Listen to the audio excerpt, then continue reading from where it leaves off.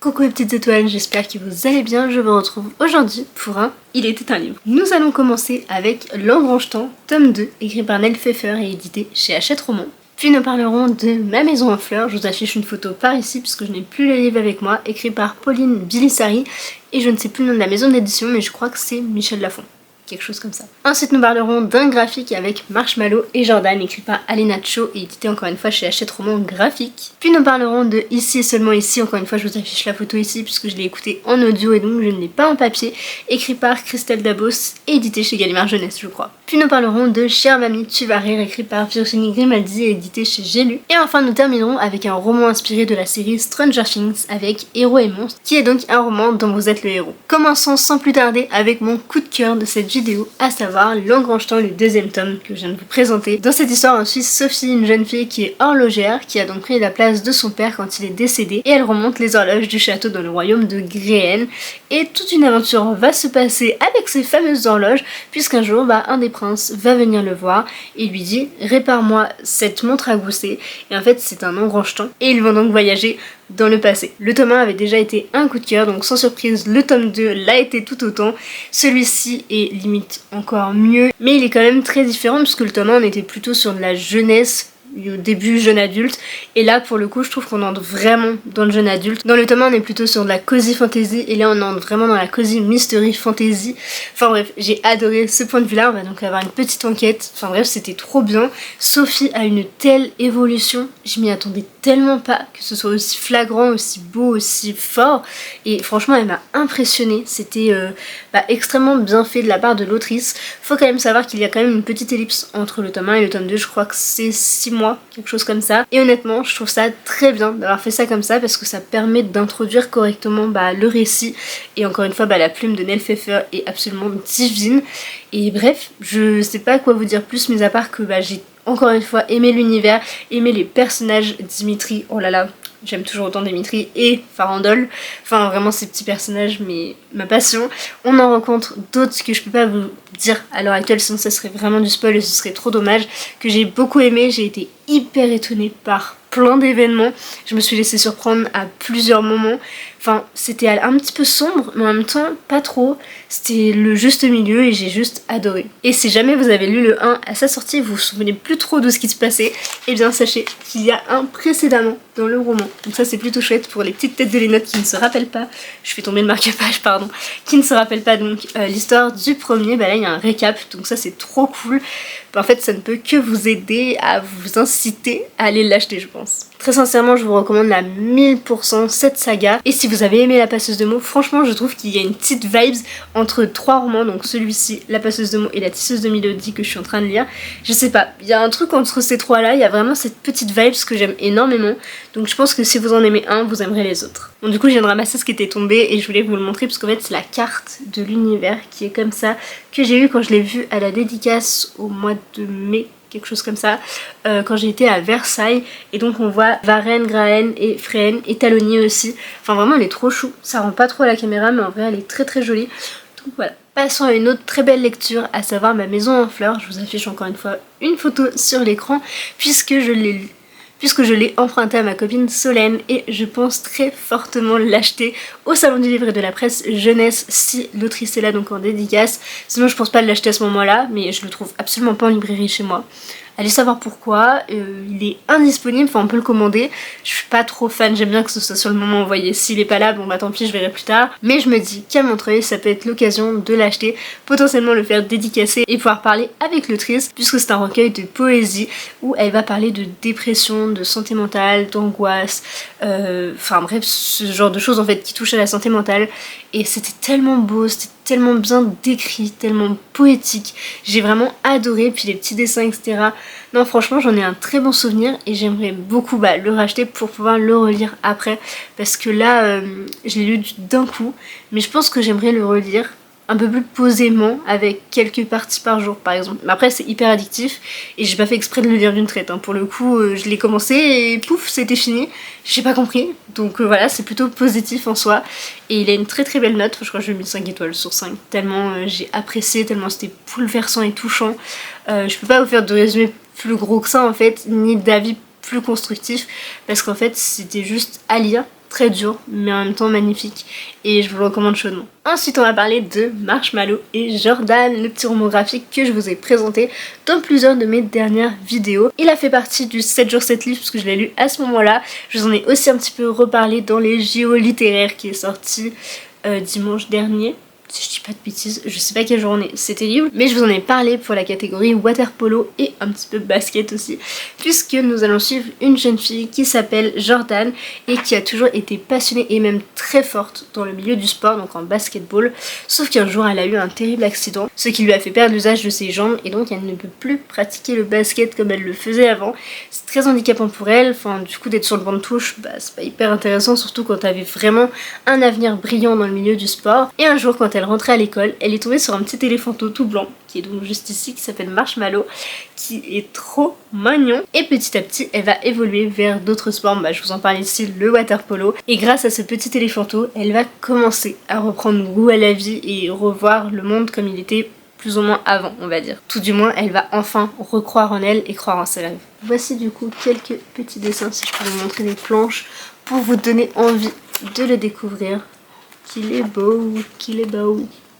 Je vais essayer de pas trop vous spoiler, mais voilà, globalement, non franchement il est absolument magnifique, c'est très doux, c'est très touchant, les petites larmichettes sont arrivées à la fin évidemment, et je m'attendais pas à ce qu'il soit aussi épais, mais pour le coup, bah c'était génial.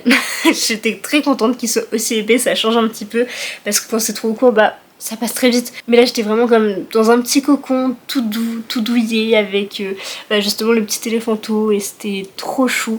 J'ai adoré. C'est vrai qu'on s'attache pas toujours aux personnages des romans graphiques, surtout quand c'est un one shot, mais là en l'occurrence je me suis énormément attachée à ce petit duo qui évolue et que on voit grandir, s'épanouir. C'est une très belle histoire d'amitié donc entre les deux ou même autour avec la famille etc. Non franchement il est hyper touchant et je vous le recommande à 100%. Ensuite je ne vais pas me faire des amis avec celui-ci mais on va parler de Ici et seulement ici, écrit par Christelle Dabos. Encore une fois l'image va s'afficher quelque part et en fait ça a été une déception. Voilà, je vous le dis, je n'ai pas spécialement accroché plus que ça. Au niveau du résumé, je suis incapable de vous le faire. Très honnêtement, je suis même pas sûre d'avoir si bien compris l'intérêt en fait du livre où l'histoire voulait mener. Alors j'ai compris ce qu'elle voulait dénoncer, mais au niveau de l'histoire, bah, en fait on suit un groupe d'enfants qui sont au collège et il y a plusieurs points de vue et en fait j'ai pas toujours tout compris au niveau des liens entre eux, mais on suit donc ces jeunes qui vont évoluer dans ce milieu un peu hostile qui est le collège et elle va parler du harcèlement notamment. Et pour le coup ça c'était plutôt bien fait, mais en revanche j'ai pas trop aimé l'ambiance, je l'ai trouvé très angoissant, très pesant. Alors certes vous allez me dire c'est ce qui se passe en fait quand on est harcelé, d'accord, mais il y a certains personnages, je sais pas, ça collait pas en fait avec l'histoire.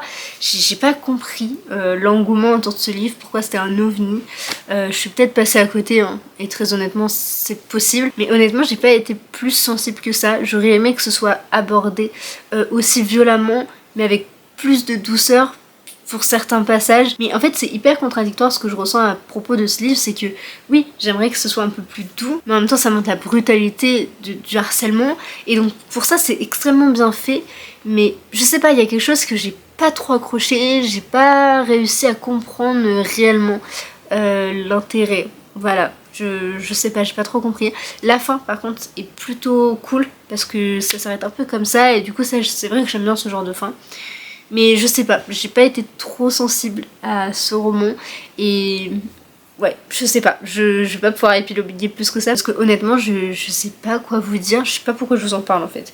J'aurais mieux fait de m'abstenir, mais écoutez pour moi ça n'a pas été une très bonne lecture et bien que je comprenne hein, qu'il ait plu, que ce soit Christelle Dabos, mais même au niveau de sa plume, je me rends compte que je l'aime pas tant que ça. Je sais, je vais me faire des ennemis, mais par exemple La Passe Miroir, bah j'ai pas été du tout sensible à son écriture. C'est l'univers, les personnages, l'ambiance que j'ai aimé, mais sa plume, moi elle me transcende pas.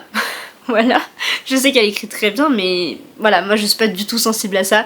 Donc je pense que en plus de l'histoire qui m'a pas spécialement tant touchée et tant marquée, bah sa plume n'a pas aidé quoi. C'était pas du tout volontaire, mais passons à une autrice par contre que j'aime énormément, à savoir Virginie Grimaldi. Pour l'instant j'ai aimé tous ses romans que j'ai lus. Bon, j'en ai pas lu 50 hein. De toute façon elle en a pas publié 50 mais je les ai pas tous lus. Et cette fois-ci on est sur un petit roman où en fait c'est découpé un peu comme des cartes, des lettres. Enfin c'est un journal de bord si on veut avec des images etc. Et c'était vraiment trop chouette. Pour celui-ci, il n'y a pas vraiment de résumé puisqu'on suit un petit peu la vie, le témoignage de Virginie Grimaldi. Et en même temps, c'était tellement touchant de voir ces petits mots qu'elle écrit à sa grand-mère ou à son grand-père, la façon déjà comment elle écrivait, etc. Donc je sais pas si c'est vraiment ses archives, par exemple, d'un journal, où elle l'a écrit plus récemment, mais en tout cas, je l'ai trouvé très drôle, très frais, mais en même temps assez touchant sur certains passages. Et j'ai beaucoup aimé... ouais, la disposition. Pour illustrer un peu le truc, je vais vous lire ça. 8 juillet 1980. Chère mamie, j'espère que tu vas bien et que papy aussi. Je t'écris avec Mimizane où je passe de bonnes vacances. Je m'amuse bien avec mon cousin Loïc. Il fait beau et je mange du chocolat en poudre dans la caravane de Tati. Hier, on a été punis à cause qu'on a fait une bêtise. Mais c'était pas une bêtise, c'était un cadeau. Le voisin, il est gentil avec nous. Il nous a donné un beau ballon gonflable. Alors, pour le remercier, on a dessiné sur sa belle voiture. J'ai fait des cœurs et des fleurs partout. Et Loïc a fait des bonhommes et des soleils. On n'a pas compris quand le voisin, il s'est mis à crier fort. Il était violet comme son maillot de bain. Maman et Tati étaient en colère aussi. Apparemment, c'est parce que ça se fait pas de dessiner sur des voitures avec des cailloux. J'ai voulu gommer avec le gravier qui est dans l'entrée du camping, mais maman m'a interdit. Je pense qu'elle le dit pas, mais qu'elle trouve mes dessins jolis. Gros bisous à toi et à papy, Ginny. Donc voilà, en fait, tout du long du roman, on va la suivre donc à travers les années. On suit son écriture aussi qui évolue. C'est pour ça que je vous dis, je sais pas trop si c'est tiré d'un journal ou si elle l'a écrit récemment et qu'elle a fait en sorte de mettre un langage enfantin. Mais on voit la tournure des phrases, on voit à l'écriture ou comment c'est fait en fait que c'est écrit par une enfant. Et c'était vraiment trop drôle, trop touchant et c'est un aspect que j'aime beaucoup. Virginie Grimaldi est très sensible aussi dans ses récits. Elle arrive à retransmettre des émotions, c'est assez hallucinant. D'en mettre autant en fait dans un petit roman où il n'y a pas tant de pages que ça. Je crois qu'il en fait 180.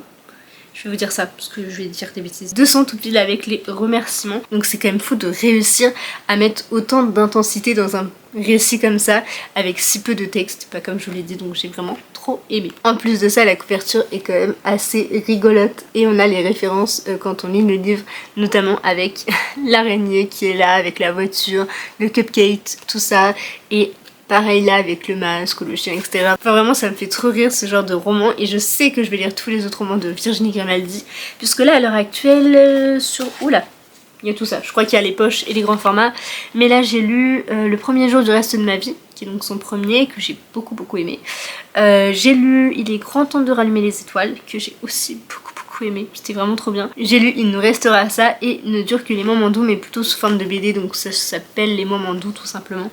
Et à chaque fois, j'aime beaucoup trop. Enfin bref, j'en dis pas plus pour celui-ci mais vous avez compris, je l'aime énormément, je veux lire tous ses romans et je vous la conseille grandement. Nous arrivons au dernier de ce Il était un livre, à savoir Héros et monstres, donc le roman qui est tiré de Stranger Things. Ça se passe durant la saison 4. Vraiment, ça reprend exactement la même chose. C'est le même texte, mais du coup j'ai pas le scénario devant les yeux, je peux pas vous le dire, mais c'est la même histoire, c'est raconté de la même façon, sauf qu'on fait nos propres choix. Il y a 25 fins possibles et j'en ai fait une bonne dizaine, quinzaine je pense, et des fois ça nous risque et péril. Voilà, je vous le dis, et en vrai c'était super chouette, on se prend facilement au jeu de revenir en arrière, de pouvoir réfléchir, de voir quel chemin l'histoire peut prendre, et la particularité c'est que nous devenons un personnage de l'histoire, on évolue avec eux, avec Nancy, etc. Donc c'est assez rigolo à faire. J'ai vraiment bien aimé le faire, mais voilà, j'ai pas non plus accroché plus que ça.